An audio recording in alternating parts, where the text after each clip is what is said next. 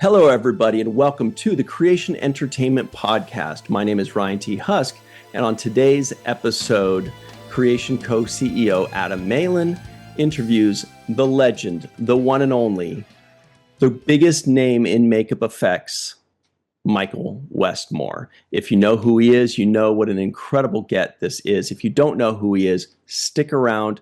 It's going to blow your mind. This was recorded at our recent STLV convention as part of our Trek tour. Our next Trek tour event is Trek to Chicago, which is November 21st through 23rd. Check that out at creationent.com. More on that later.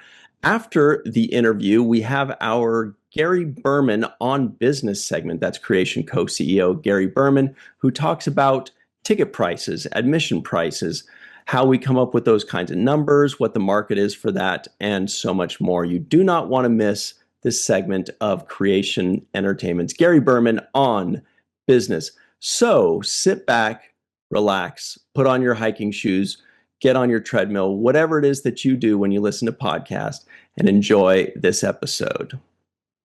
This segment of Creation Entertainment's Gary Berman on business. So sit back, relax, put on your hiking shoes, get on your treadmill, whatever it is that you do when you listen to podcasts, and enjoy this episode.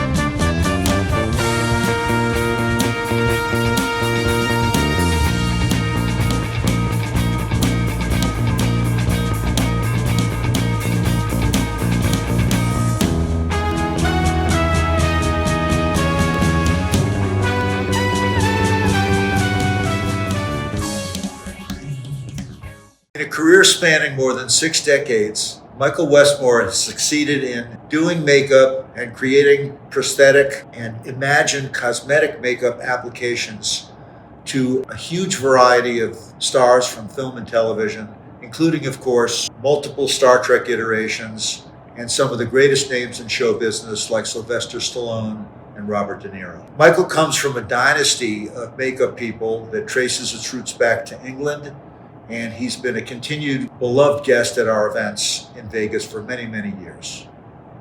Thankfully, I had an opportunity to sit down with Michael recently and do an in-depth interview with him in which we talked about his storied career, his Academy Awards, and what it's like working with guys like Stallone, which is pretty fascinating.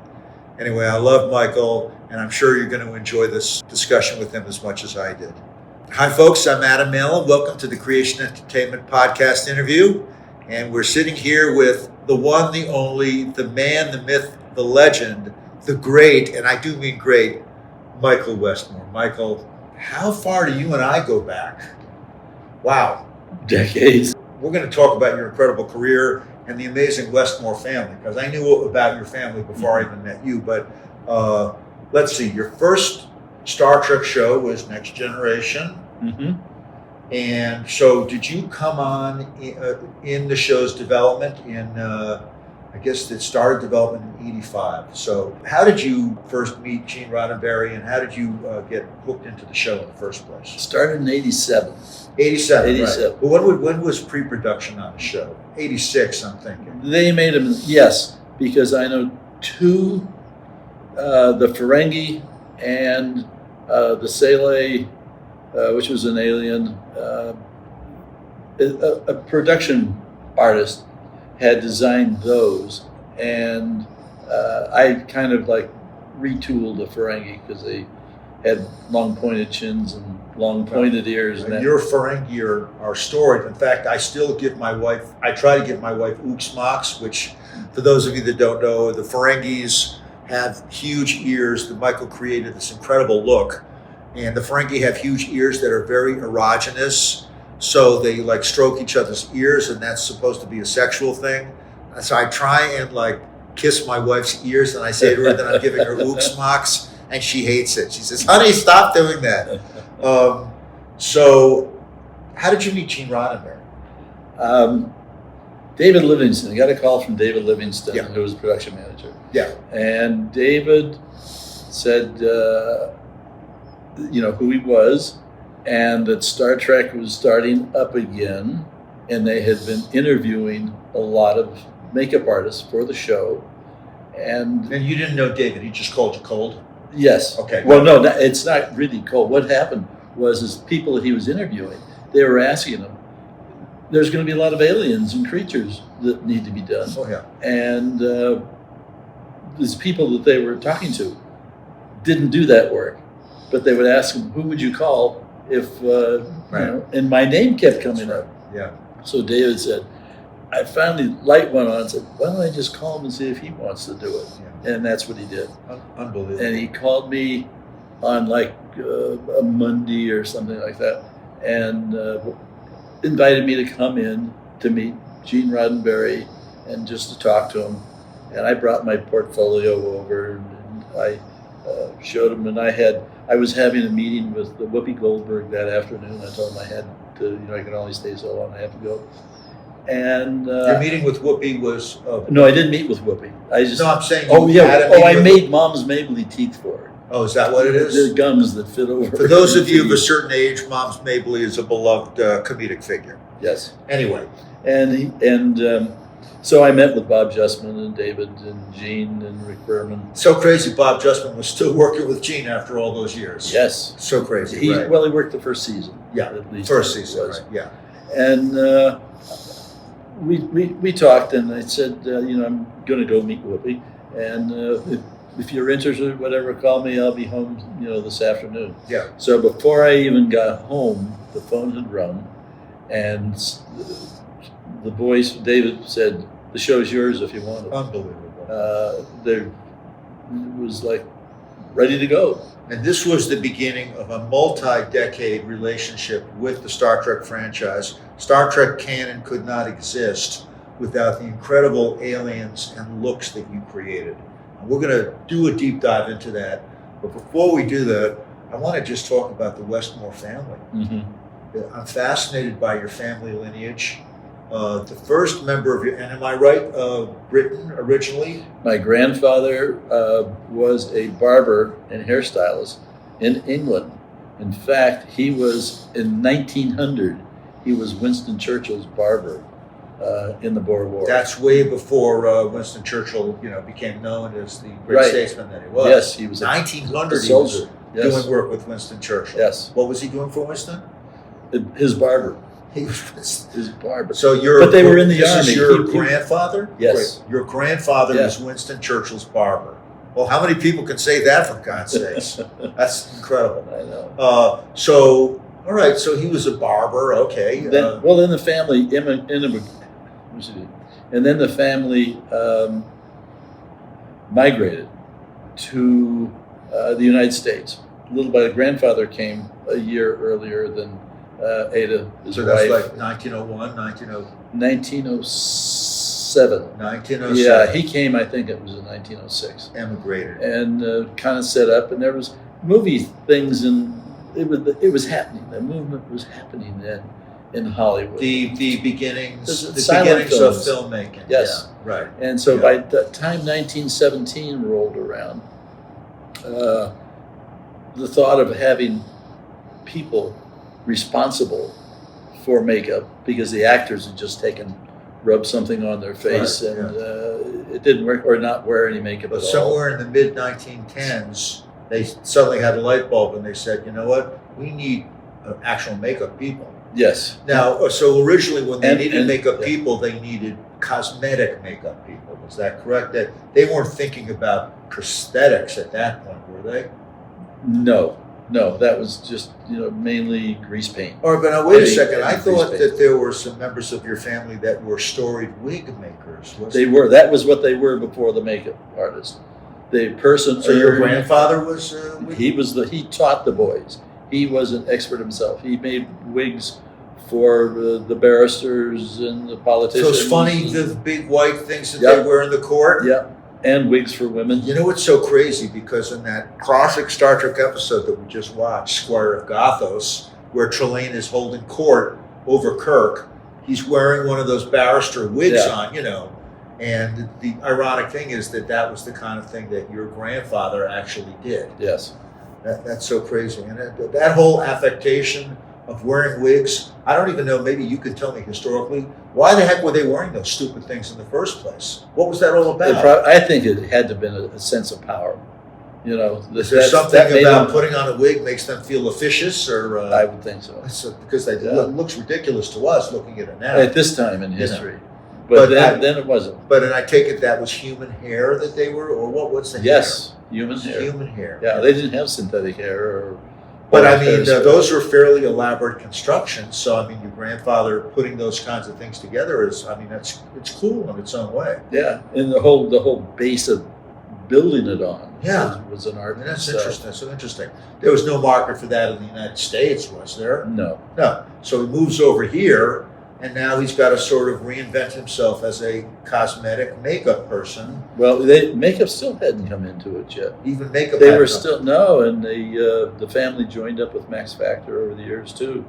But it was mainly person, Ern, and grandfather, and then. When was Max Factor's era? Because that's a storied name in cosmetic makeup. He was a chemist and everything, so that's where the makeup came from. When? I think because he was from Russia. It goes back, I'd say, as far as my grandfather does. So crazy. So Max Factor was the guy that would do the chemical formulations of the media that your granddad would work with. Yes. It's fascinating. Yeah. And so mid 1910s.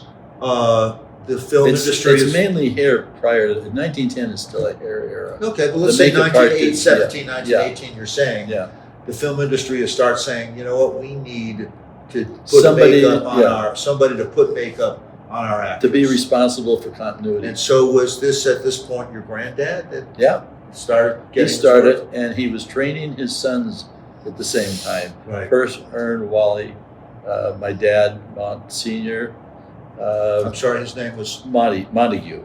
Monty Senior. It was Montague, my father. Monty, yeah. Your dad. Yeah. And so the four of them. Then after that came Bud, Frank, and Pat. Well, Bud is very famous. Bud Westmore is a lot of people know about Bud. Yeah, Universal made a lot of. I say they were B movies, but they were movies that entertained. Yeah. And people enjoyed. You know, like Richard Black Lagoon. But I mean, we're getting a little ahead. So your granddad starts doing work for the Silence. Yeah.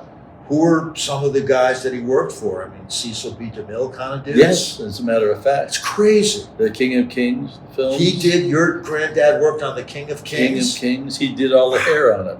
Wow. Was Robin Hood, the silent Robin Hood. Oh, that's crazy. There was a number of them that were classic at that time. Silent ones. Amazing.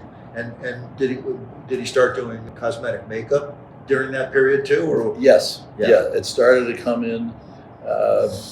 Because makeup was heavy at that time, also, and so there were different phases of it, of which continued on until like the 30s. And then the chemical processes, the manufacturing processes to create these cosmetic makeups really was just starting to come into its own itself. Yeah. Well, when you go back in history, like in France, where the women covered themselves, the thick white makeup, which was lead, and they destroyed themselves. Horrible. Yeah. But in contemporary cosmetic makeup, as we know, started its roots, as you say, in the early 20th century with pioneers like Max Factor. Yes. And so, when did your granddad's kids really kind of come into their own and start working in the industry themselves? Well, he pulled them in like 1920, 21. They'd be proteges to him. Yes, they started to pull them into it. And how, I don't know, they were all talented. They all survived. Genetic, I mean, Yeah. You're a dynasty. You are the most storied makeup dynasty in the entertainment business. The Westmore name, the pedigree, I mean, and it's kind of amazing because it sort of kind of came to a focus with you and your incredible career, which I want to kind of get into. But I am interested in the history of your family because it's a storied family. So what are some of the films that, let's say, your dad, Monty, and Bud What are some of the famous films that those guys worked on? My dad, one of his last pictures was Gone with the Wind. Crazy. Yeah. So your dad, Monty, did the makeup for Gone with the Wind? Yes. That's unbelievable. Yes. So crazy, right? But they all, at the major studio where they worked, like Peirce being at Warner Brothers and doing over 30 pictures with Betty Davis. Well, were they considered sort of studio indentured makeup people, like a studio kind of owns them? Yes. Right. And That whole system. Peirce actually, every time he wanted a raise and wanted to move up the ladder more, he would quit. And Warner would give him a raise and he would stay. Finally, it got down to one point when he quit and they accepted it. This was like in the 50s. Right. It was went beyond. But Wally was at Paramount, Bud at Universal. Frank actually. Did they have a kind of a competitive relationship with each other, kind of working at different studios, or was it I think complementary? Peirce and Earn had a competition between the two of them in their lifetime. Wally just kind of, nope, I don't want nothing to do with it. Bud was younger, Frank was younger. Yeah. You know, How many kids were there? 6. So there were six kids from your grandfather? Actually, my grandmother had 18, but this is the ones that survived. I mean, people put out a lot more kids back in those days. Yeah. So you had a whole bevy of Westmores in the early to middle of the 20th century now doing work in the business. Yes, they were all at a major studio except for MGM. So you had all the other studios covered. Yes. Now, tell me a little bit before we get to you. Let's say Monty or Bud or any of them. What are some of the genre, like horror or sci-fi films that those guys did in the 40s and 50s? I know that whole industry was just starting to come, but like, you know, let's say the great 50s monster films. Any of those kind of things come to your mind that you know, your dad or any of his brothers worked on? Not really. Not really. But Bud was the one that made. Oh, I'd say Wally goes way back to Dr. Jekyll and Mr. Hyde. Well, that's what I'm saying. And Like Dr. Jekyll and Mr. Hyde. So Yeah. Wally worked on that, because that actually is some. He's the one that was involved with the process with red lenses to make the hair appear on the face. See, I thought that was just like optical, time-lapse optical effects. Was there actually transformative? Well, he was involved with it because he had to lay hair Yeah, on the face. but that would be done in steps and kind of film. Yes. And they would just kind of do that. But yeah, I mean, and obviously the whole family's kind of background in hair application and hair weaving was kind of helped him to do that whole hair process. Oh yes, of they character. were person mainly because Earn kind of dropped out of it. Earn was a genius with hair. Well, the Mr. Hyde makeup is kind of classic. Even, you know, guys at my age remember Mr. Hyde, you know, scaring the hell out of us. So that was a pretty amazing makeup. Yeah. Did anybody in the family ever get to work with Lon Chaney or Bela Lugosi? You think that you can remember? No. Yeah, those Universal monsters at all? Any of those gigs? Bud was. Bud did. but it wasn't Bela Lugosi. But Bud worked on some of the Universal monsters. Well, he did the Frankenstein. He did Glenn Strange Frankenstein? Yep. Unbelievable. And the Wolfman. And the Lon Chaney? Lon Chaney Bud Jr. did oh my! Bud worked with Lon Chaney Jr. Yeah. That guy was a legend. Yeah. And from what I understand, an incredible, intense actor to work with. So imagine Bud Westmore sitting there, putting Wolfman makeup on Lon Chaney. It's incredible. What a legacy to then come on to you. So when did Monty start pulling you into the business? Bud did. Bud's the one that pulled me So in. fun, interestingly enough, not your dad, but your uncle. Well, my dad died when I was 2 years old. Oh, he had passed. Yeah. I'm sorry about that. That's sad. So did Bud kind of take you on as a surrogate dad in a certain sense, or? Yes, even starting before the studio when I was in high school. So was he like a father figure to you? Yes. Or? That's good. Yeah. Well, you are a very emotionally centered man. You're a loving man. You've got a wonderful wife, Marion, whom I adore. And you don't come off as a guy that felt like an orphaned dude. So clearly you had some loving father figure influences in your life, and as it would turn out, it would be your Uncle Bud. Yes. I see. All right. So Bud took you under his wing. Yep. And when did you start doing some work with Bud? In 1961. All right. What were you working with him on? Flower Drum Song, Unbelievable. which was a musical. What a classic. I mean, Yeah. you know, again, of a people of a certain age, that was a kind of a groundbreaking film. Mhm. Flower Drum Song. And then once Wasn't Franz Nguyen in Yes. that? Yeah. Yeah. Who, of course, was on a classic Star Trek episode with Bill Shatner. yeah, Um, and then Fascinating. my first project was McHale's Navy. Unbelievable. So you got to work with Ernie Borgnine? Yes, Who was a doll, right? yes, Ernie Borgnine came through our shows a couple of times, and I fell in love with the man. yeah. I just thought it was. Ernie was 94 by the time he hit us. He had a nice long life. Wow. But so, what were you doing at McHale's Navy? Was this cosmetic work essentially? Oh yeah, it was all. We didn't have anything. Who did you special. work with? Did you work with Tim Conway? I made up the whole cast. Unbelievable. I was the only So one. Tim I was Conway the only one. Yeah, and Joey Flynn yeah, and Ernie. then Ernie Borgnine. yeah. Holy Toledo! And where did that shoot? Universal? Yeah, the back lot. At of PT Universal. 179. Yeah. That set. Yeah, That was a great show. And that's where Tim Conway really cut his teeth. Tim Conway and Joe Flynn were freaking amazing together. Weren't those two Yes. hysterical? yes, The chemistry between those two was the best. Ernie was kind of the straight man, but Joey Flynn and Tim Conway, that was some of the best comedy of the 60s. Yeah. So how long was that gig? I lasted while they were in the jungle. And Right. when the series finally moved to Europe, Right. it's when I left in. Also, honestly, the series was never the same when they left the Pacific Theater. No. The Pacific Theater was all the great episodes, and that was like, what, 3 years, 4 Yeah, years? yeah. Incredible. So you worked on McHale's Navy. What was the next gig after that? From then, actually, a show that I've never heard of since then, the New Zoo Review. Never which was- heard of it. It was a children's show Okay. and had large puppets and things in it. Oh, okay. And I actually made, I didn't have the process for doing latex. Yeah. But if they had like a George Washington come in, he Yeah. needed nose, and I built it out of wax. Oh, And- okay, cool. Yeah. So you were already starting to get into sort of pseudo prosthetic processes Right. at that point. Right.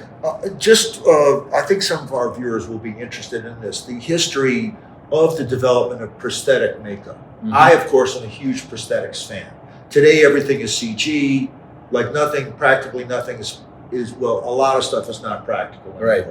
But the great era of prosthetic, and then it went on to prosthetic and animatronic makeup, Mhm. is some of the most incredibly imaginative filmmaking of like the 70s, the 80s, and even into the 90s Mhm. before digital started to replace everything. But you prosthetic pioneers, the stuff that you did was it was unbelievable. And I know, I guess Dick Smith was one of the pioneers, one of He the was. chemist pioneers Yeah, on the in East Coast. developing those techniques. Yep. So can you give us a quick overview of how prosthetic makeup first started getting incorporated? I mean, they were early guys. Like, okay, help me out. Well, Like John Chambers John Chambers was. was From- developing that stuff Yeah. in the 60s, right? Yep. And so when did you start working with was latex essentially the first prosthetic media that you worked in? With me. Yeah. John also had developed a plastic that we would mix A up. moldable plastic. Yes. A plastisol. Yes. And Yes. be able to put it into a mold and close it up, Right. and it would dry, and you'd open it up. I used it. Was it flexible? Oh, very. Yeah. I used it on Burgess Meredith and Rocky. I used it on Stallone and First Unbelievable. Blood because it was very thin, and you could dissolve the edges of it with a Q-tip and a little acetone. So you could blend it in. It With the blended in. acetone. Yes, yeah. And That's- Burgess Meredith's ears on Rocky. I could make him up in 20 minutes. And by the way, what a great actor. Was he as nice in person as a, Yes, I adore Burgess. he was a Meredith. friend of the family. Guy is a monster actor. Yeah, It's incredible the people that you've worked with. Okay, so when did you really start doing, prosthetic work? Of course, your prosthetic work in Star Trek is legendary. The Munsters. The Munsters. All right, so talk to me I about had Butch Patrick. It was my Eddie. Eddie, his little ears, and a little widow peak that went on, and then. What about Fred Gwynn? Well, at the end of the day, after we finished people in the morning, Yeah. the other makeup artists would go to the set. I went to the lab and made a new head and bolts for Fred. So this is amazing. Who designed that Frankenstein makeup for Fred Gwynn? It was either John Chambers or Chris Mueller. I mean, that was a pretty fabulous makeup. Yeah. It's iconic. It's iconic makeup.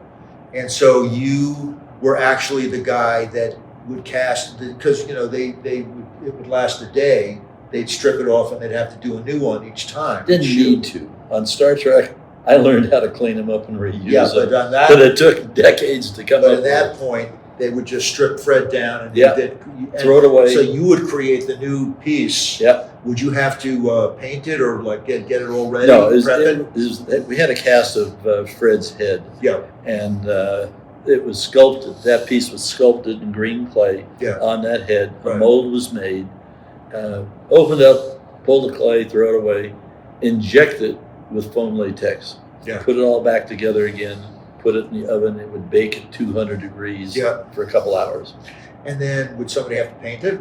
Yes, Carl Silvera. Would it be painted or would it be? No, it'd be painted. Would they use an airbrush or just? No, it didn't. Nobody used airbrush Right. at that time. Right. It was rubber grease, like Max Factor's rubber grease. Pretty iconic show, The Munsters. Okay. When did you really start to create your own prosthetic designs as well as? I mean, it's one thing to apply and it's another thing to develop the prosthetic design. I think my biggest one is Capricorn 1 and the original, in the first Rocky. Tell me how you first met Stallone and how many of those Rocky films you did, and just kind of get into that makeup because it's iconic. And even for me, I was getting involved in something that I had no background. In fact, Stallone even took me to when we were researching, took me to a boxing match. And see how these guys pummeled each other. We sat so close, I got blood on me. Oh, my goodness.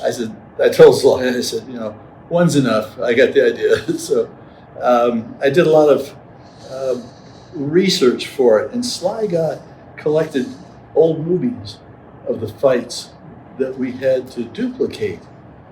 And so I actually got to see how they were swinging and how they were hitting. You needed that photographic reference. Yes, yes. And of course, the whole thing is at the end of the film, unlike Raging Bull, where I had it all the way through. Right. And literally saw how swelling went on. And it was so you would have to actually create several hero looks for him as he's continuing to get the whole fight. Yeah. You'd go. How many different looks did you create for that? I would change it about every 2 rounds. So there might have been, 7 or 8 different hero looks. Yes, that if this eye got pummeled, but this one didn't on the cheek here, then all of a sudden this starts to swell, but then this one would start. That's fascinating. And it would start. So it was like he was swelling as the fight was going on. And so you would start each morning with him, right? Yes. You get in the makeup chair. How long would each fit? Let's say the most complex of those looks It would take a couple hours. 2 hours. That's not that couple, big a deal. yeah. And those were achieved with latex prosthetic blending? Yes. I had made a cast of his face and sculpted the swellings on the face in clay and then duplicated them with latex. And so latex, was silicone in vogue by that point? No. Silicone came later? Yeah. Okay. So you're working in latex, and again, you have media not only to apply it, but also to feather it in. Right. As you say, acetone or other. No. This was rubber. So acetone was with the plastic. So what would you use to kind of feather it in? I would do the feathering in my sculpting. And you're I would strong. actually feather the clay out. So when I made the mold, So and- the latex can get super thin. yes, Right. yes, And you apply it, and then of course there's some cosmetic blending as well. You Mhm. just kind of blend Mhm. it into there. yeah, So you're using prosthetic and cosmetic techniques yes, to create the yes. look. And then after just doing kind of the without talking about color, the base application and blending, then you have to first go in and start to color it, don't you? Yeah. And how do you achieve that? Well, first, depending on the bruising. Yeah. The bruisings don't get bad on you. Yeah. They're mainly red in the very beginning. Yeah. So by literally having pictures of the real thing going on, you Yeah. see how where the redness is and where the blood would go, and I'd watch the spattering and the rest of it. So it was Yeah. just a matter of copying the real thing. No, You know? and what is the media that you would use to color a person? What is it? Is it paint? What is it? No, it was grease to begin with. It was grease. Rubber grease. Rubber grease in different colors. Well, basically, yes, in different colors, but I mean, also with little pots of color. They're about that big, grease, and a sponge that has little stipples in it, and you take and get the color on the stipple, and then in putting it on, it isn't like you put on foundation. You would take and do this to the face, pat and it would make little dots. You would pat it, Make little dots. which also kind of creates Yeah. the skin texture Yes. because skin has got that kind of dot matrix Yeah. sort of look. Yeah. Yeah. But you could use a couple colors, like in a bruise, there's green and there's yellow and there's purple. And you would do that and then you powder that and then put another color on. So it wouldn't, you powdered it so they wouldn't mix together. So were you nominated for an Academy Award for that makeup? no, we didn't have Academy Awards yet. Stupid. Yeah. Because It didn't that's an come around. iconic makeup. It didn't come around until after I did Raging Bull. All right, well, we'll get to that, Yeah. but I'm fascinated by Stallone. How was he to work with? Wonderful. Really, really good. This is what I hear about Stallone. People say that he's a really cool guy. Yeah, he is. And I've never met him. I'm dying to meet him, but I've never met him. Well, I really think he's a pretty I was exceptional with him. creator. Yeah, I was with him in Europe on Michael Caine film, a soccer film that they made. And there was a knock at my door one night, and he had gone to Vienna for the weekend, and because we were in Budapest, and he goes, "Here, I was in Budapest, and I brought you a present." And What was good night. It was a Rolex Deep Sea Dweller Holy watch. Toledo. Yeah. Oh, my God. And then the next day, in the morning, he comes to me and he says, "Could I borrow?" And I thought he was going to want the Dweller. And he says, "Your other watch. I have the Timex."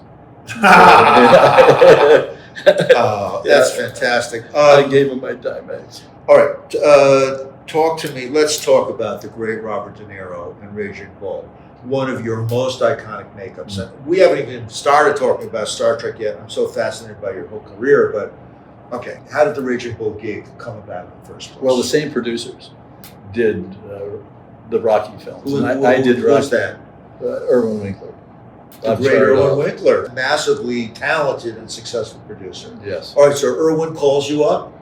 Or his no, people it come? was a production manager. Oh Yeah. no, for Raging Bull. Yeah. Not Irwin did, but a Oh, production yeah. His manager people did. call you, Yeah, and they say, it's we're doing a movie with another boxing film. another boxing film with Robert De Niro. Yeah. Now, De Niro was already huge at that point. Yes. Yes. So one of the big, if not the biggest, one of the maybe the 5 biggest actors in the world. You're right. Now you're going to get the gig to do makeup on De Niro. What is the scope of your makeup on De Niro?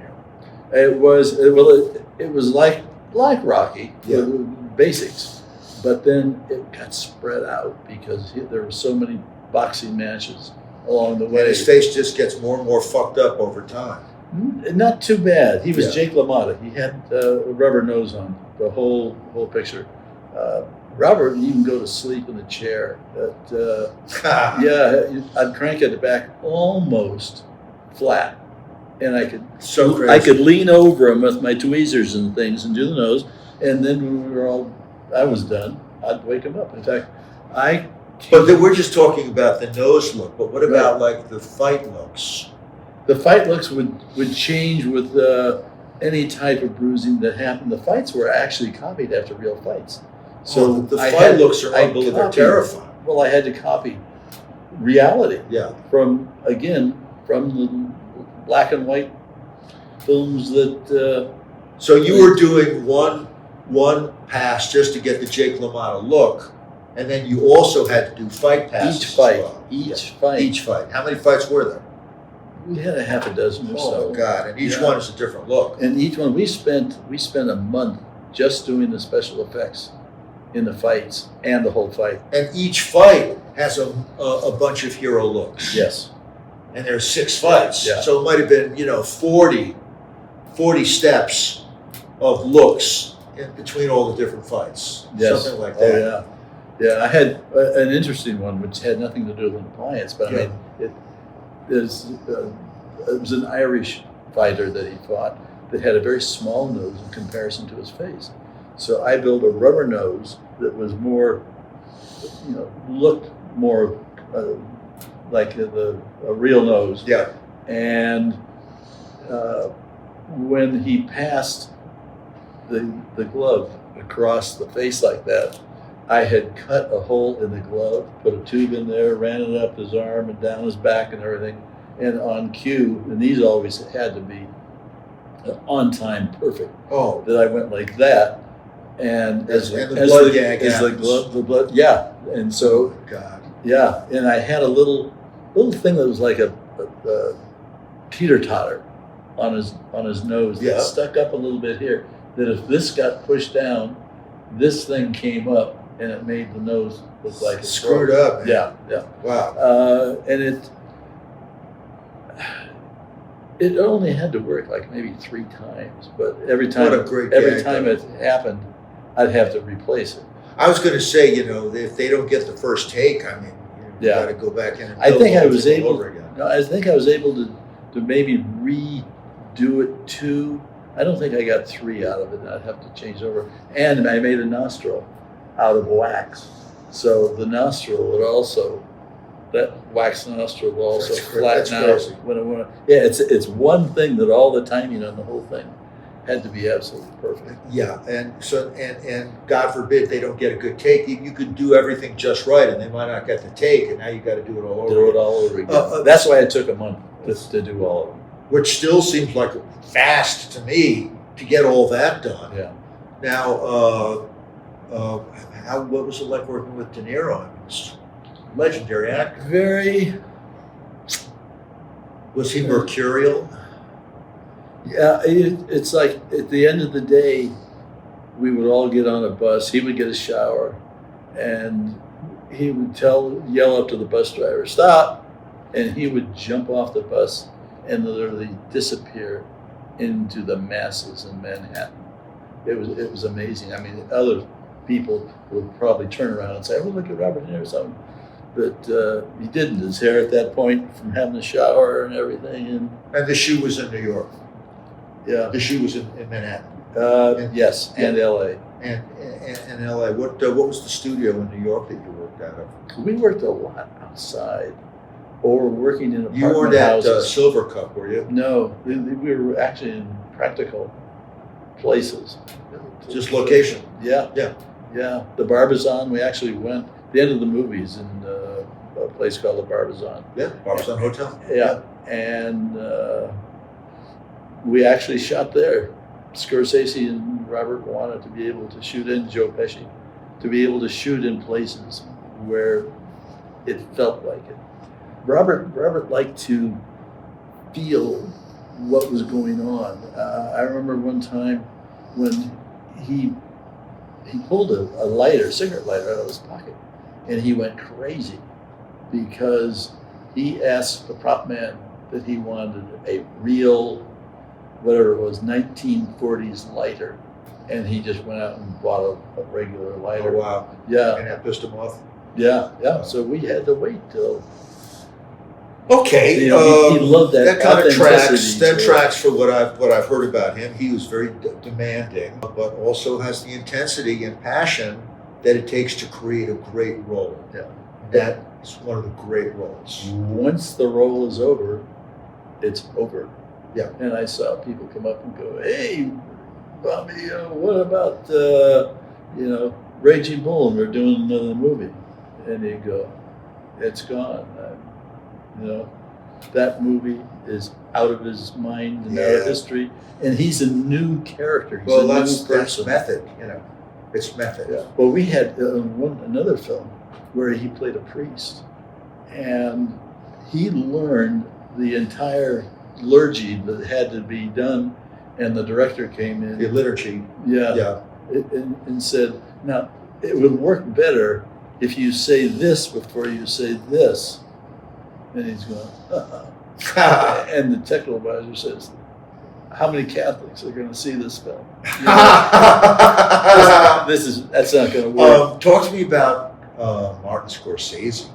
I adore that man. He's a legend. Hyper. Just Marty. Yeah, I know that's Marty. Marty's always That's trying right. to go. There was one time we were outside. We weren't filming this time, but something had gone wrong, and Marty picked up a chair and started smashing it on the side of the trailer. That's great. And his mother was there. His mom and dad were always around.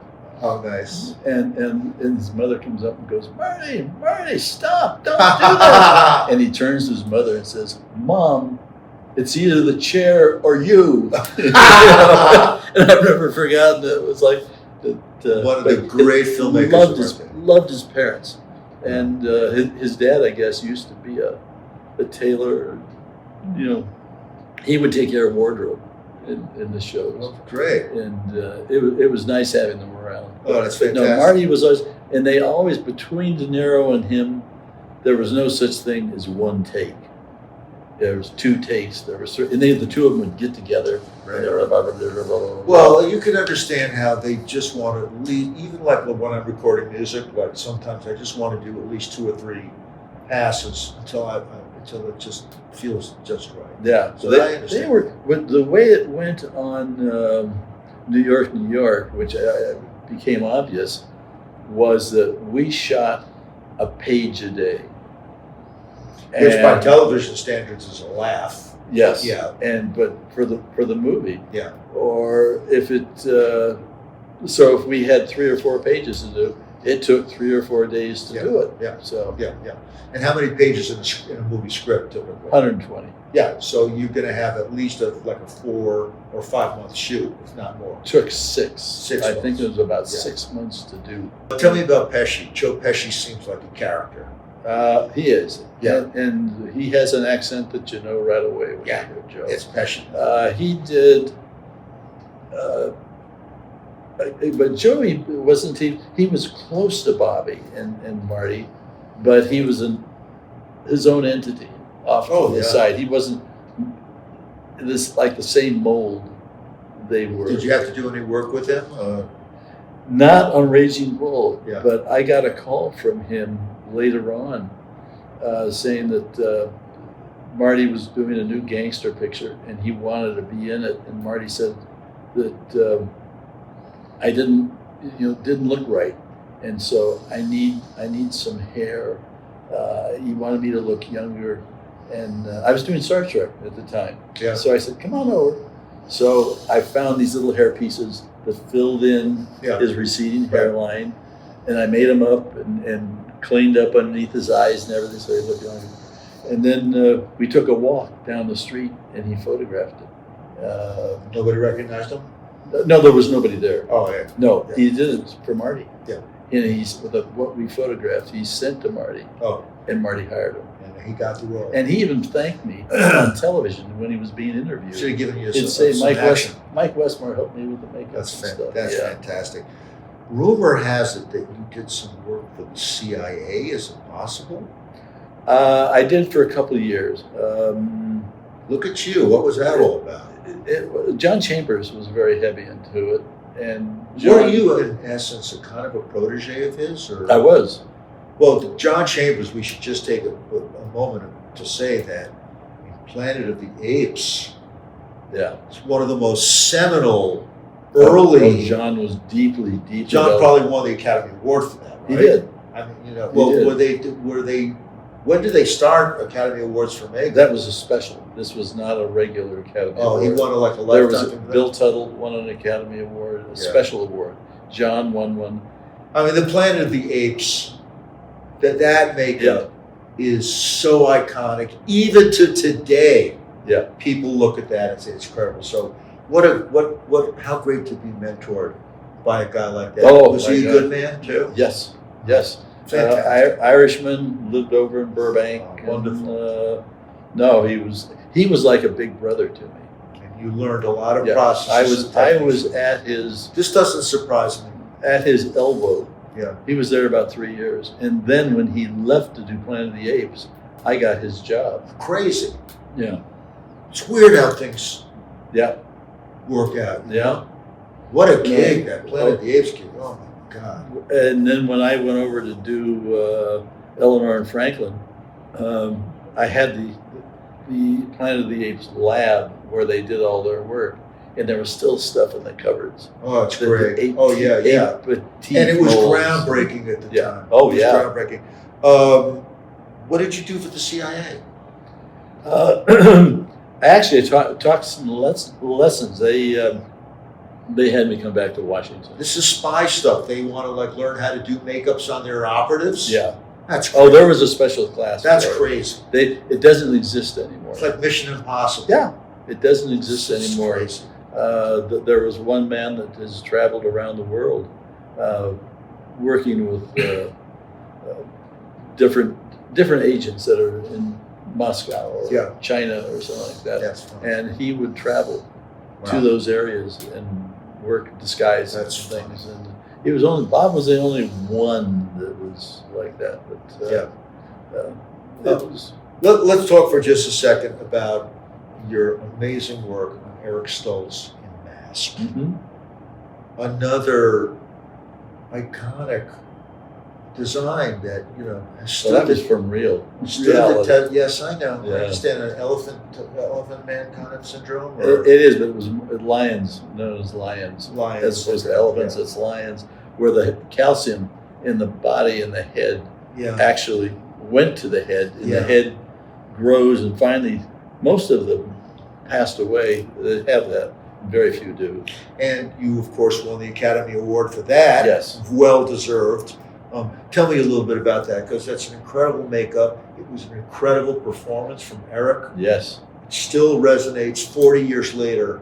I still think of that as an incredible film. Tell me a little bit And about that I experience. just interviewed him Oh, wow. for my documentary. Oh, great. Yeah. in Tell fact, me a little bit about the production on that. Can you remember?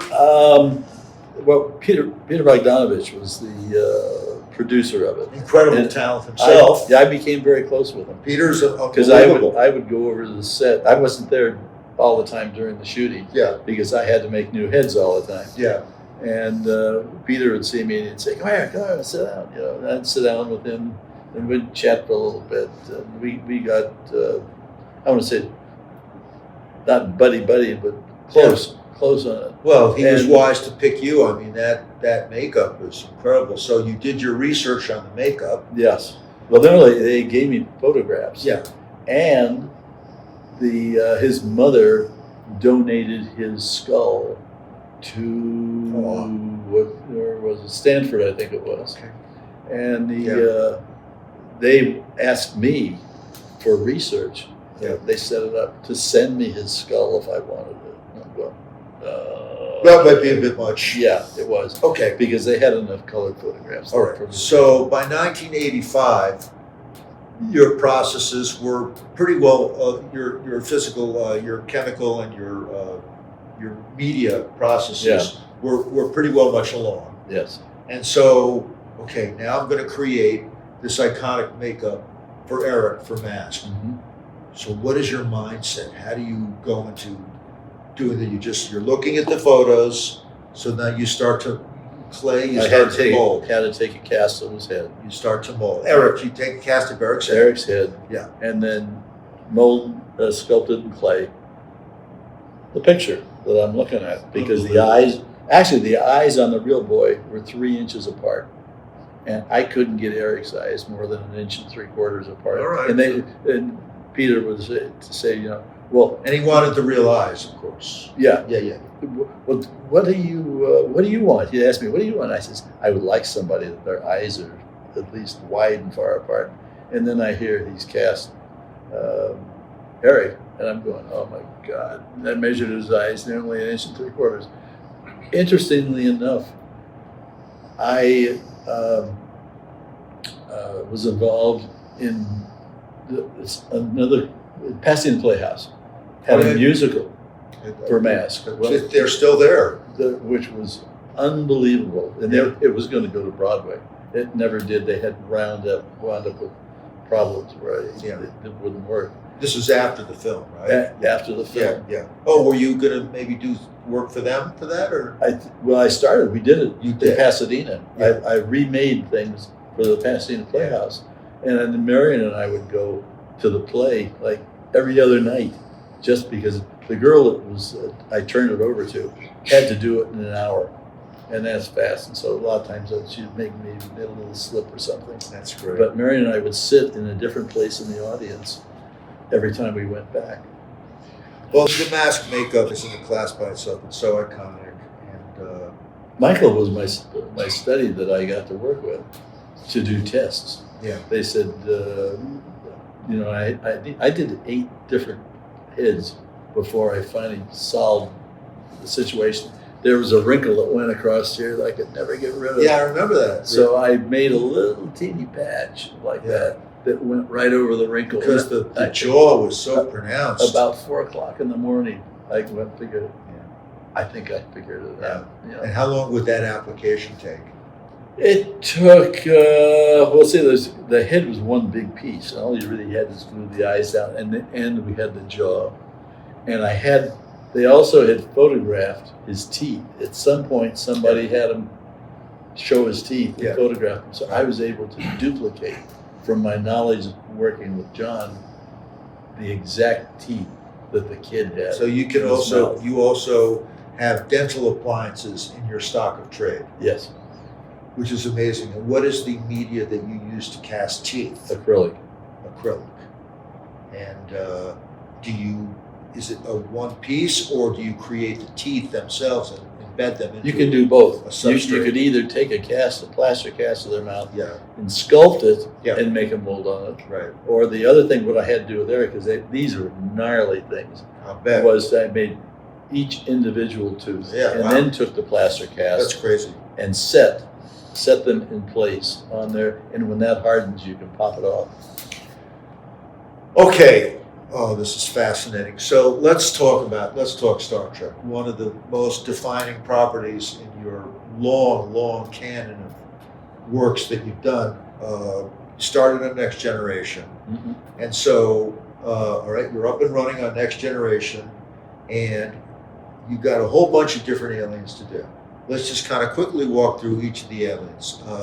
We were talking about the Ferengi. Yeah. That's an elegant and fascinating design. So would you start by just creating a 2D, kind of just an art rendering of the concept? There were 2 of them. Yeah. That I wasn't in the very beginning of. Andy Probert did Andy Probert design the look? He designed the look. By the way, an incredible talent, Andy. Oh, yeah. Amazing talent. Except on his picture, the Ferengi had a long pointed chin. Right. I remember that in the original designs. Pointed ears. Yeah. And I took them off and went to Gene. The final it's Ferengi look is pretty well much yours, right? Yes. Yeah. And so, but will you, in creating aliens, if they don't already have a kind of an archetype that has already been previously established, will you start by drawing a design? I didn't for a couple of years. Yeah. For a couple of years, I could go right to clay. Just go right to clay. Right to clay, Right. show it to Berman. Yes. Yeah. Really didn't have any nose because they didn't know what they were looking at anyway. Right. Well, when did Rick Berman come on? He wasn't on right from the very beginning. Yeah. So really, Rick Berman. Not in that position.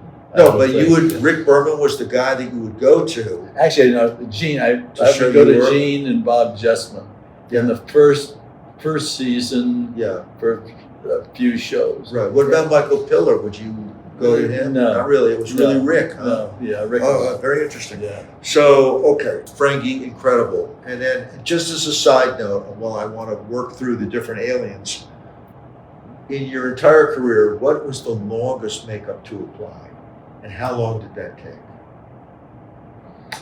One of the they were probably on Star Trek, Yeah. and LeVar Burton played a lizard. Yeah, he goes through that evolutionary thing. Yes. Right. That took 6 hours Oh my to God. put him in the makeup, Right. and I had 6 makeup artists working on it. For That's 6 so crazy. hours. Yeah. I told That's a whole team. It Yes. takes 6 hours to do that. Yes. That's because all the blood veins Gnarly. had to be top to bottom. Yeah. All had to be individually glued on and then painted. The suit was basically black with Now, by blue this- veins. by this point. Were you using airbrushes at all to kind of? Didn't need it for this. You didn't, but you would start to use Yes. airbrushes. Yes. What around when did you start using airbrushes? 'Cause they, I don't remember exactly. but I'm Except- just saying airbrushes are an amazing tool. Yes. Yeah. Yeah. Because you can feather and make shadows You can and get the things with it. porosity, translucency. I found a girl that taught airbrush. Yeah. And I had 6 other makeup artists, and we paid her to come and teach us how to use an airbrush, and everything changed at that point because when we were doing the Borg, having to do shadows on the Borg, to do it by hand, everybody's didn't look alike. Yeah. No, airbrush But really.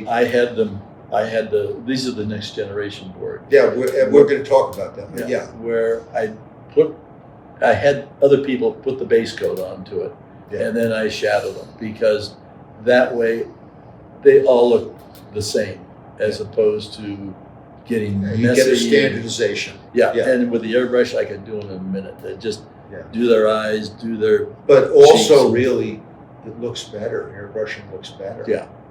Now, okay, I'm fascinated by the Klingons. We all love Klingons, right? And of course, the Klingons in classic Star Trek, while I love that look, is also kind of a doofy look at the same time. Mm-hmm. It's sort of silly. No, they had no appliances. It was No appliances, just dark just cosmetic faces. makeup, even though some of the guys that played Klingons in classic Star Trek were pretty unbelievable. Yeah. You know, got John Colicos, Yeah, and he came back. I mean, yes, and The Next Gen, was it? but Next Generation comes along, and that had already been the new look of the Klingons had been established from Star Trek: The Motion Picture. Is when they now created The forehead. an actual look. Yeah. So and that was like 1977, whatever. So by the time you got to the Klingons, the new prototypal look of Klingons had been established. Okay. Mm-hmm. So how did you bring your own style to the look of the fleet? with- And then Worf again looked Yeah. even a little different than everybody else. Well, and Worf was our first Klingon. Yeah. In Next Gen. Yeah. And we put the foreheads. The movie had foreheads. Yeah. Of which they offered me if I wanted them because there were boxes of them. It wasn't a forehead that I liked. Yeah. So I created Michael's forehead, and we put it up, and we're looking at it, and I'm saying, you know, he's human. From his eyebrows down, he's human, and I don't like it.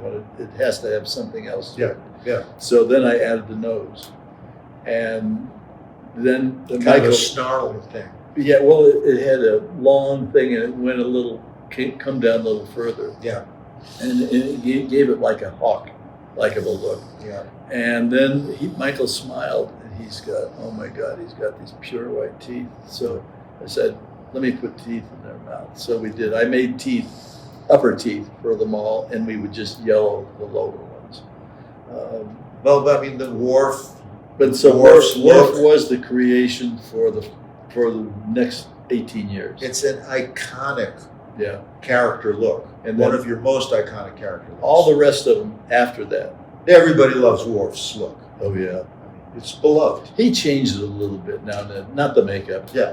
but the wig. It was like Yeah. It went longer. It's true, the hair shorter. has varied a bit down through the years. Yeah. Okay. They wanted to do was shave Michael's head. They made a deal with him to shave his head. Yeah. And let me put a stripe or whatever, that bump across the top of his head.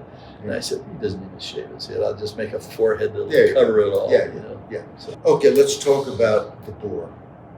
Some of the most iconic big bad villains. that's been copied by so many people. I mean, the Borg is just, so who came up with the Borg character design? I was in charge of the head and anything on the hands. The Borg look is one of the most iconic Star Trek characters. It's beautiful, it's elegant, and I can't get over this incredible creation of yours. I mean, the Borg head look, it's like it's sinister, it's biomorphic. I mean, I think that it recalls, but is not derivative of H.R. Giger's biomechanical Yeah. quality, but Yeah. yours is its own original look. Yeah. And really, I mean, when the Borg first came, they terrified us as fans. And Michael Piller is such a story writer and story crafter. The Borg were really an exceptional antagonist to come into the series. I feel that Next Generation came into its own around the time that the Borg came, and as Michael Piller really kind of took over the writing staff. Next Generation went from, I think, a good show to a fantastic show. And you created such a memorable character. And so there's a lot of sort of electrical and kind of mechanical gizmos involved with that. So what was your kind of methodology in incorporating these mechanical gizmos into the look of the character? But the first mechanical parts, on TNG, Dorinda had a cloth suit. It wasn't all rubber. It was a green cloth that was in between the eyes. I sent Marion out, my wife, to search for anything that Michael hadn't gotten involved with it, my son, with the LEDs. We found little gimme things in trick stores and stuff that, like, you press a button and it blinks, or a hologram. And this is in all the early Borg eyes.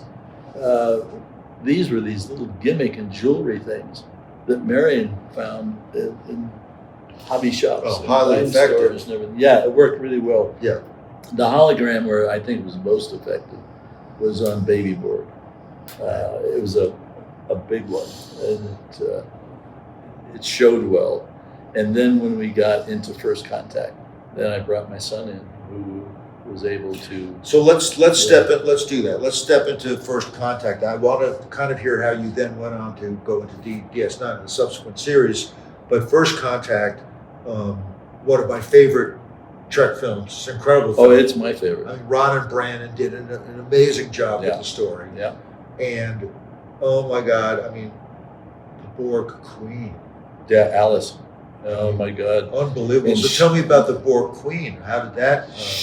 What I did with her was I elongated her head.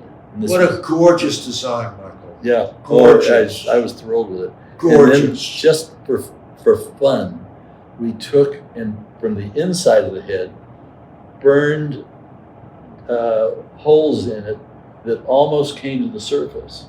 And Michael dropped LEDs in there. And You now can't see your it. son, the great Michael Westmore Jr., Yeah.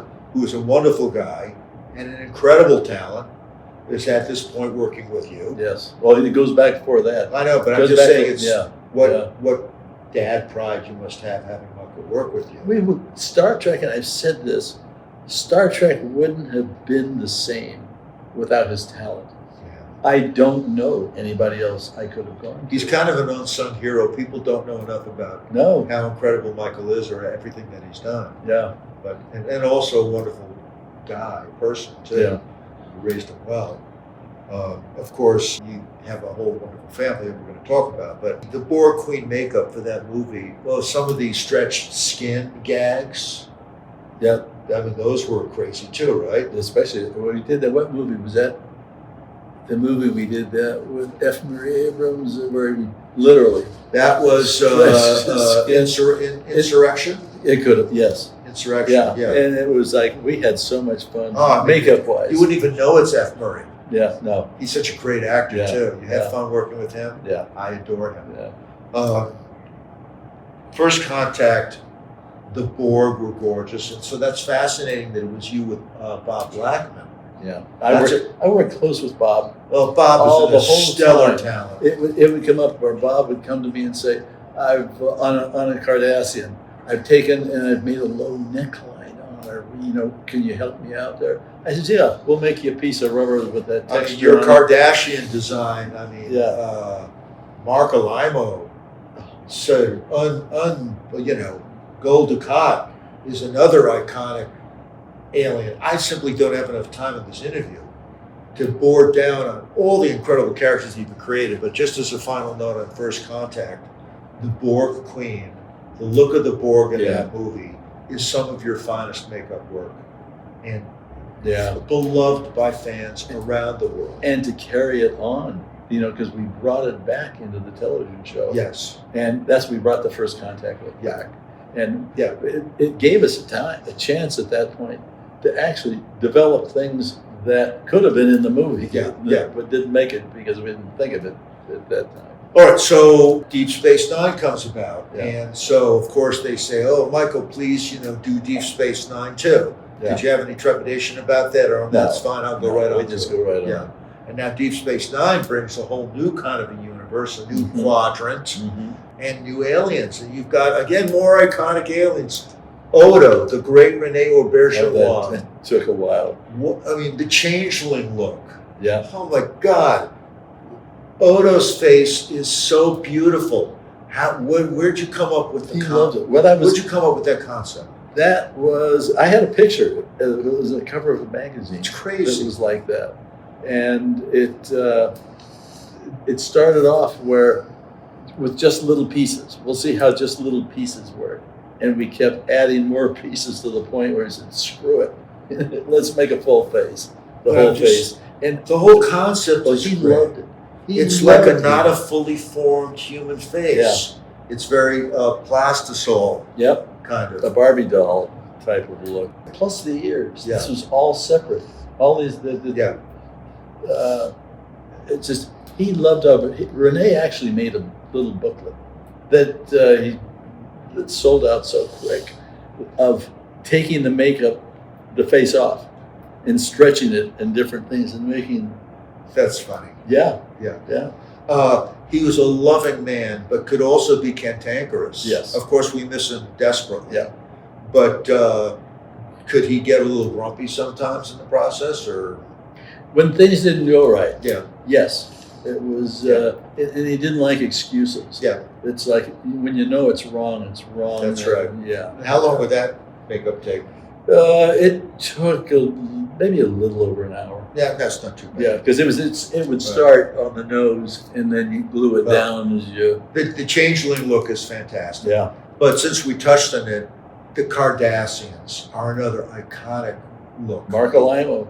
Mark and others as well. I mean, Casey Biggs. Well, all of them. Fantastic. Yeah. But I think Gul Dukat is the most iconic Well, he was the first one. Cardassian And the look. reason for him was, number one, Mark had a long, thin neck To begin with. to begin with, Yeah. and I'm thinking, what the hell am I going to do? You just you emphasize that. Yeah. And the way that he looks, I mean, it's almost like an alien physiology. Yeah. There was a Thai restaurant on Ventura Boulevard in Studio City. And next to the restaurant was an art store with a gigantic picture of there with a woman's face, and she had a spoon in the middle of her forehead. And Mary and I were walking by it, and I looked at this thing, and I said, look at this. Someday, I'm going to use this somewhere. I don't know where. 3 years later, I came up with the card. What am I going to do with Mark, to make something different? And especially on the men, the women, and then the spoon was blue inside on the women and stuff. So Yeah. it was fun putting them together. This was not just a head makeup, though. This was actually kind of like a whole torso Yes. makeup. Yeah. Yeah. And iconic, elegant, alien, intimidating. It's an intimidating makeup, right? Yeah. Yeah. Wanted to just talk for a moment about your amazing daughter, Mackenzie. Mm-hmm. Incredible lady, and of course, Face Off was a groundbreaking show that she hosted. And I love the idea of makeup work getting its own, and even having kind of a contest show about it. Yeah. The makeup people are some of the finest crafts people in the world, yourself included, and I don't think necessarily get as much recognition as they deserve. So it was exciting to see Mackenzie do that. Mackenzie has a line of cosmetic makeup. Yes. Can you tell me about it? Yes, and she's actually involved. So many of these lines, they're made by chemists, and Yeah. they get a celebrity to be involved with it. Yeah, but her line is different. She got involved with the chemist, Yeah. and she would say, well, they would tell her, we're going to take, they have like an under eye cream Yeah. that pulls your eye and actually really works. And but she was involved. Instead of letting the chemist do it, she would go back and say, this isn't working. Yeah. And they work, every product she has. In fact, I have it on today. The people rave about it. Yeah, They rave about it. yeah, So you must have a lot of pride about that. I do. Your I daughter do. creating a cosmetic, Yeah. makeup line is Yeah, and the products that she's picked out are not just plain old, lipstick or something. Yeah. I don't even think she sells lipstick anymore. They're this under eye stretching thing, this is, and the body makeup Yeah. and things like that she's come up and with. these are things that both men and women can Yeah. benefit from and, Yeah. and use. In Yeah. fact, her husband does the commercial Yeah. because he has Patrick has bags under his There eyes. you go. Yeah, You got a star on the Hollywood Walk of Yeah. Fame. How was that experience? that was neat. And it's quick too. We got 1 hour. We have to be off the boulevard. Ah! We have to be off the boulevard at 12 o'clock. That's Hollywood. Yeah. So, Unbelievable. but the day that it happened, there's apartments above where we were filming. Yeah. Up top. Were they all up there looking down at you? No, but one guy decided to water his plants right over where the podium was. Oh no. Yeah. And I got out of the way, but Oh my a God. couple people got drowned. Only in Hollywood. Yeah. Well, that was well deserved. Yeah. You look back upon your incredible career. What are some of your takeaways from it? Working with I the have- incredible craftspeople that you've collaborated with. I have, but it's like the people that come to the experience in creation and things. I enjoy creation every year. And I have friends here that they come up and ask me how Mackenzie is and how are you doing, and it's like I've been seeing these people for years, and they're still coming. Wow. And they're real people. They're so involved in Star Trek. It's I love it. It's a worldwide community, and Star Trek fans are the greatest. We're so grateful for everything that you guys have done to create the entertainment for us, the universes that you've created, the imagination that you've opened up, and also, of course, the spirit of sisterhood and fraternity that Star Trek is. That's what it is. That's what it is. Gene's vision, his humanistic vision of a better world than the wish he was screwed up alive world to- that we have. I wish he was alive to see it. You know what? He was a great, beloved mentor and father figure of ours. We adored Gene. We adored him. Gene was like a dad to me. I Yeah. adored him. And watched his son, Rod, who was a fine young Yeah. man, grow up. And one of the great tragedies of my life is that Gene hasn't lived to be with us To see all this. at these shows, because Yeah. he'd be so grateful, Yeah. not only proud, but grateful to see that a whole worldwide community of What he people created.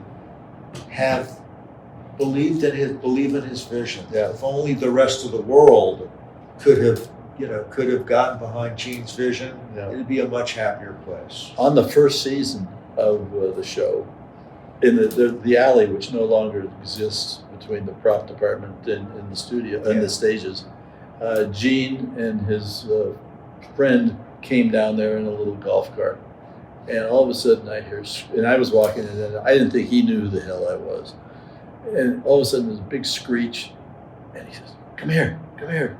So I walked over to his cart, and he says, "I like what you're doing. Keep doing it." And boom, he took out. He flew off. Yeah. Thank God. Yeah. You've worked with so many talented craftspeople. Mm-hmm. Isn't the art of collaboration with other creatives a huge hope as an artist?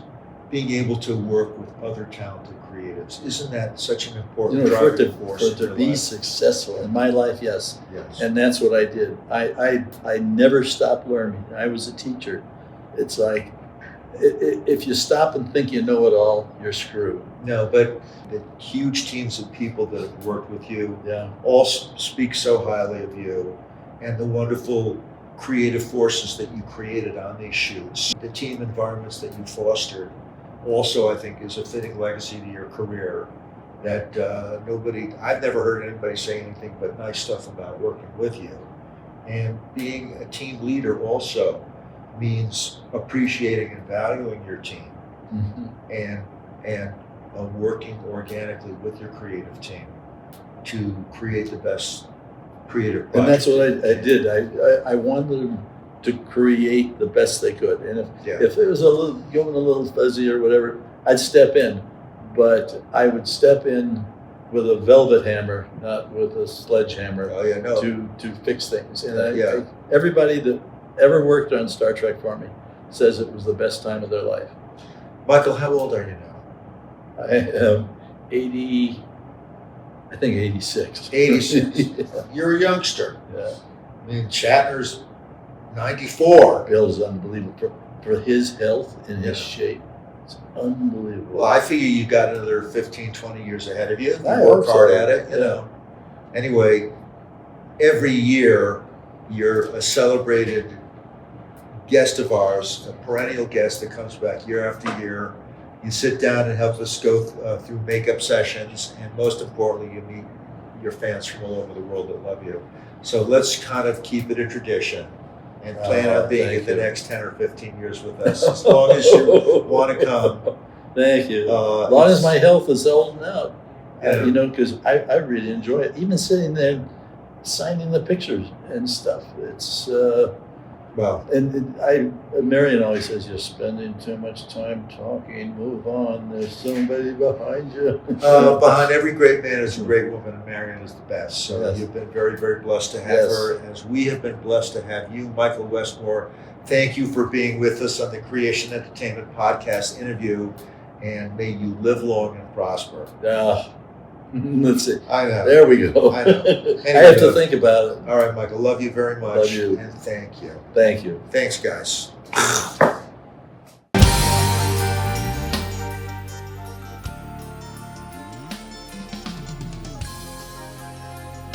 Hey, everybody. This is another segment about Gary Berman on business. Co-CEO Gary Berman, what have you got for us today, sir? Well, this has come up recently, which is interesting in that people are wondering, about ticket prices and how we determine those.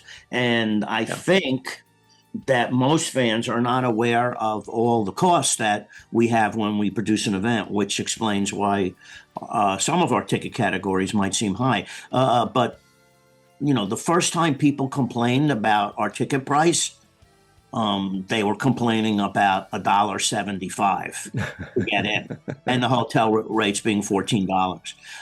This was in the 70s? This was our first show, but it's almost like no matter what a promoter charges, there's going to be someone complaining about it. And unfortunately, there's some people who might not be able to afford it, but a promoter can't set prices on that. It has to be based in reality of not losing a lot of money. And what's happened is, and I've seen it 3 times in the last maybe 5 years, these genre conventions that are being run by non-professionals have gone under, and they've taken all the ticket money with them. Oh And the no. reason that they go under is they're overspending. They're paying, a star 4 times their value. And the way that affects it is, one, they're going to lose a shitload of money, but they're also dramatically affecting the whole landscape for hiring that particular star again, Hmm. or co-stars who know that this person, you know, you can't pay $400,000 to a star of a show and then expect them to get them for less the next time.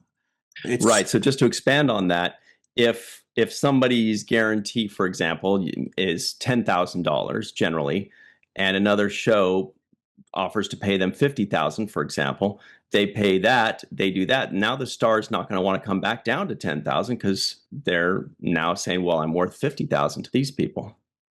and they leave out the part where that company went out of business.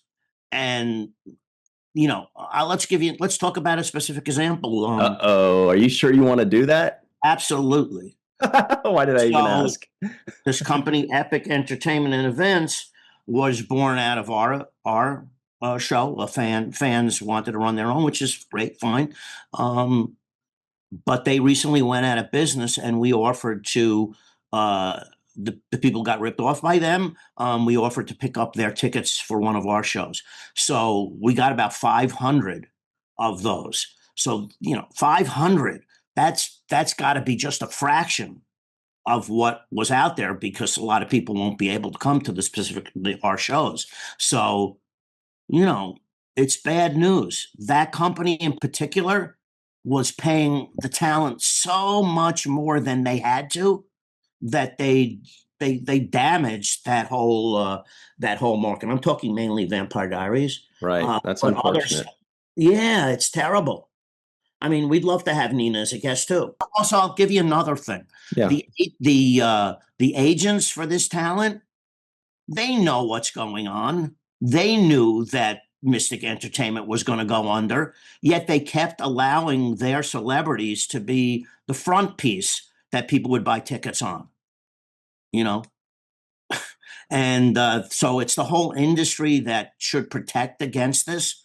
But the agents, they're not gonna, because they're not looking at the long game. So you got all these people who had money ripped off. You've got a promoter that was, in this case, it looks like some of it was not even legal what they were doing, and then apparently, supposedly that they just left the country. They just, Oh, yeah, they're gone. that's a solution. Well, it's a solution maybe, but hopefully they'll get extradited. But uh, when generally we talk about a competitor, it's like, oh, it's a sour grapes. But in this case, it's really dangerous. People are losing their money. Fans should look at the promoter. It's easy enough if you've got some money, maybe, to hire a talent that people want to see. But Mhm. you got to know how to run an event. So my question to Open was, what do you think? One of our big conventions costs to run, like in Supernatural? That's a great question, because that's one I know that I'm just still learning. And I do want to frame what you were saying earlier, in that I'm hearing constant stories about people that used to work at Creation, or that personally, that have gone on to do conventions and run events that still to this day are great friends of yours and your mentors of them. And we do favors for them, they do favors for us. So that's just something to always remember. I usually hear Oh no, about yeah. I mean, there's some really good promoters out there. really I good. may not care for the way they run shows. For instance, the big Comic Cons that are owned by basically exhibit companies, like Reed and Informa. They're in the exhibition business. They may have a show about airplanes, but and the next day they'll have a Comic Con. So for me, that money got into this because there's money to be made. It had nothing to do with the love of comics or sci-fi or Star Trek. It was all about money. So when you go to one of those shows, they don't care if it's a crowded, semi-dangerous sweatbox, but that's what it's become. So, but if you go to a Reed show or an Informer show, it's not going to get canceled because they're billion-dollar companies. But that doesn't mean you're going to have the type of experience that you may want. Some people love it, but most people who are veterans who used to go to those shows before they were owned by those major companies, they were much better back then because it was more. I hate sweat boxes. Yuck. Well, I've seen some anime conventions where, God, luckily no one got killed. That full. The one locally in the LA Convention Center is just like crazy dangerous. I can't believe that the fire marshal lets that go on. So that's one of the reasons why we did the reserve seating, and we don't sell one more ticket than the amount of chairs in the audience, which again, limits what we can sell. So our prices, should be a little bit higher because you're getting something you can't get anywhere. That's a good note before we go on to the actual question here. Is that creation never oversells tickets, which a lot of companies do, but creation does not oversell tickets. So if you purchase a ticket, you are guaranteed a seat. You don't have to wait in line. You don't have to stand. You don't have to go in the back of the room. If you purchased a ticket, you have a seat. It's never oversold. And Gary, as you mentioned, that will make ticket prices go up a little bit because the more you sell, the lower you can make the tickets. But that's an interesting distinction. And when I heard that, I was pretty impressed. I mean, we're not the production levels of a Lady Gaga show, but still it's 2 hours and you don't get to meet her and you don't get her autograph and you don't get a photo op. But at Star Trek Vegas, for instance, I could pull out 8 or 10 shows that were in that giant convention that are worthy of people buying tickets separately. And you add that up all together for gold package stuff, and then all the autographs you get and the extras, and you even get a dinner. Nighttime events and musical concerts. So I just want people to know what they're buying, what it costs to produce, and really what they end up getting. And a lot of people do realize that, but there's certainly a lot that don't. So I think it's kind of fair that we explore that. And also after COVID, we're talking the live event business. Everyone on the other side of the live event business that promoters have to buy stuff from or rent or get their services, they're all trying to make up for the loss of COVID. And, a lot of them like tripled their prices. And in certain cases, the venues are insistent that you use a short list of their suppliers. So our costs have risen because of COVID very dramatically. Sure. If you look at the ticket prices, they haven't gone up that much, percentage wise over time. I think at the Star Trek convention we recently did in Jersey, the single day tickets were fairly comparable to what we always used to charge. Oh, and the other thing is, and you and I have talked about this with Star Trek conventions, we ran hundreds of conventions with one guest. James Doohan, for instance, would appear on Saturday, and then Sunday would be James. Yeah, back in the day, it would be the full event was one see Scotty. Exactly. See. And then Richard Arnold would do behind the scenes slideshow, perhaps, and then we would do a trivia contest, costume parade, all that stuff. People had the greatest time in the world, and they were super happy seeing Jimmy. Now you have to have, if we don't have all of the leads for Supernatural, you can't run a Supernatural convention without this star. And with Star Trek, if we don't have 12 guests at a regional show, everyone's upset. Times have changed. Yeah.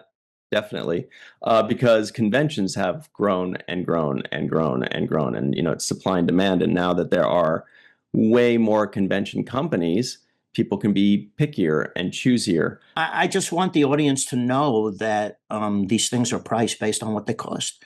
And I don't think people know what they cost. And by the way, the talent gets what they deserve. In show business, you get paid based on the amount of tickets, and the attendance and the audience you can bring in. So it's not like anyone's, being unfair. But you want to see famous people. I want to see, Lady Gaga. You got to pay for it because that's the way they earn a living. So I think it's all pretty fair. The good thing is that we're taking a lot, we're pouring a lot of money into production, and you and I have talked a lot about this, making our shows theatrical. Because Adam and I have run fan conventions. We've done everything already. It isn't challenging unless we go to the next level. So some years ago, we just decided, we're going to do lighting and decorations and have a band on stage, a house band, and do concerts at night and just raise the level of everything. And I think even with the celebrity karaoke, I mean, that's a bar raised from just karaoke used to be at fan conventions. So, we're trying, and we get a lot of good suggestions from the fans. Like the survey we did, it wasn't surprising, but the comments after that people wrote separately had a lot of good points. And, we take advantage of what the audience wants to see because they tell us. Yeah, so I have some good ideas for next year, which we'll discuss based on what the audience said. But there was one gentleman, his name is Scott, that sends us an email every year that's really detailed and nice. And he went through everything. And he did say, I produce Christmas shows with an orchestra, and I don't think the audience, he said it's very difficult for a promoter to sell to an audience that doesn't understand the costs of putting on a production. Right. And that's what led me to make it the topic today. It's a good topic. And by the way, Scott gives excellent feedback and apparently does it every year. That's really cool. You know who I'm talking about. Yeah. Yeah. Good gentleman. Yeah. We get several of those. But his seemed to be coming from a more educated place as someone who does live events. So it holds a little bit more weight. Also, he seems to be coming, and a lot of people come from a position of caring about the product. They care about the product. They care about the company. They're saying, I love creation. I love STLV. And here are my thoughts on how it can be even better. And those usually are pretty helpful when they come from that. Yeah. And, if you've been coming to an event since you're a kid, I mean, creation's been, and this is, well, I think we've discussed this before. It's a good time in our lives because we finally come to the realization that, as kids, what we did was impactful on a lot of people, a lot of good people, people who have, their own companies based on what we did. It's employing a lot of people. And then, taking it one step further, all the joy that their work has given is kind of started with us. So it's really nice. I mean, as we're seeing it as far as like India, Southeast Asia, where promoters there, loved what we did, and then they took it to their areas. So I was coming to STLV 18 years in a row as a fan before I finally started working at Creation. So I think once people visit a Creation convention, whether it be Supernatural or Vampire Diaries or Smallville, which is a ton of fun, or STLV or whatever it happens to be, there's a good vibe. Everybody's having fun. People are being treated as fairly as possible. Everybody's doing their best to be as fair as possible.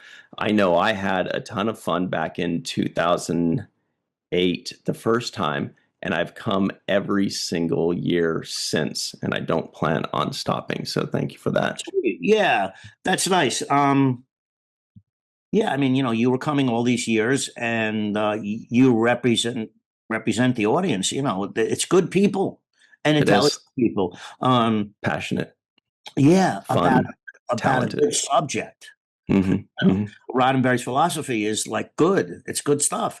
It needs to be out there more, which we've talked about. So, so you were a fan and an educated one, and you had your own, your own podcast and stuff. When you started working for us, what was one of the surprising things that you didn't know? Well, there are a lot of things. I guess it depends on which direction you'd like me to take it. First, I was surprised at your sense of humor. Oh, that's sweet. Even just in email, I was like, oh, this guy's funny in emails. That's kind of fun. And then I start thinking, like, am I allowed to be funny in emails? And I know Well, your you're answer is allowed. no. You're like, but you have to be funny. Right. So I'm that was glad you catch definitely those jokes in there. That's sweet of you. Yeah. that was definitely something in there. Like with a lot of things, it's a people business. You treat people well, you hear them out. You and Adam Malin have been doing this for 54 years, yet your emails and correspondence with people are still so cordial and friendly and positive and nice. And that's shocking. I feel like most people, I know I myself would assume if somebody's been doing it for 50 years, I feel like their emails would be yes, or that's fine, or go ahead. But you say, hey, how's it going? So nice to hear from you. These are great ideas. Let me go ahead and pass. I mean, you treat everybody with so much respect. It's shocking. I can't imagine somebody being able to do that for 50 years. That was probably my biggest surprise, was how well the both of you kept up such a high level of respect and really friendly treatment of any stranger that happens to be emailing you. No, It's that's really really amazing. nice. Thank you. Yeah, and I know I've seen employees here pick that up for themselves. So, for instance, I have myself. I've yeah, done the you same. have. You raised the bar for us. We go, if these guys can be doing it for 50 years, I can do it for 50 minutes. And when I'm answering an email, I'm sometimes fighting against myself. I could just answer yes, but it takes an extra 3 seconds to say something nice and also to change it from uh, a nondescript email that doesn't have anyone's name on it. Right. I'll pull it down and change it to my name with my title. And people are really pleased when they know me that the owner is taking the time to answer. I mean, it really is impactful for them. But that's what we're all about. We were fans too. We are fans. Mm-hmm. So, yeah, we try to deliver the show we would want to see, which is another reason why we're adding the music and the lights and all that stuff, because that's the kind of show we want to have. You guys are New York City boys. That's why. Yeah, yeah, yeah. So that's why we saw all those Broadway shows when we were kids, because that's what we're into. Yeah, good stuff, Ryan. I think we made our point today. Yeah, that's it for us on this segment, today's episode, everybody. But thanks for hanging out with us. Leave your comments in the comments section. Did you love what Gary had to say? Oh, God. Did you hate it? Do you think Ryan should up his humor in his emails? No, that would get me in trouble. But let us know your thoughts. And, if you have any thoughts or suggestions just on shows in general, let us know and keep the conversation going. We appreciate all of you. We'll see you next time. Thanks, Ryan. Well, that was just fabulous. We truly hope you enjoyed those 2 segments of the Creation Entertainment podcast. Coming up this weekend, we've got the Creation Tour coming to Philadelphia. Hello, Philly. Supernatural favorites will be there, including Jensen Ackles, Jared Padalecki, Misha Collins, and tons more. Several other cool announcements are now posted at creationentertainment.com, like the trek to Chicago that I mentioned before. So many other great events in this final quarter of 2025. You do not want to miss any of that. So go to creationent.com. Once again, that's creationent.com. We cannot wait to see you online, on social media, and especially at our conventions. Thank you very much. We will see you next time. And until then, thanks for hanging out with us at Creation.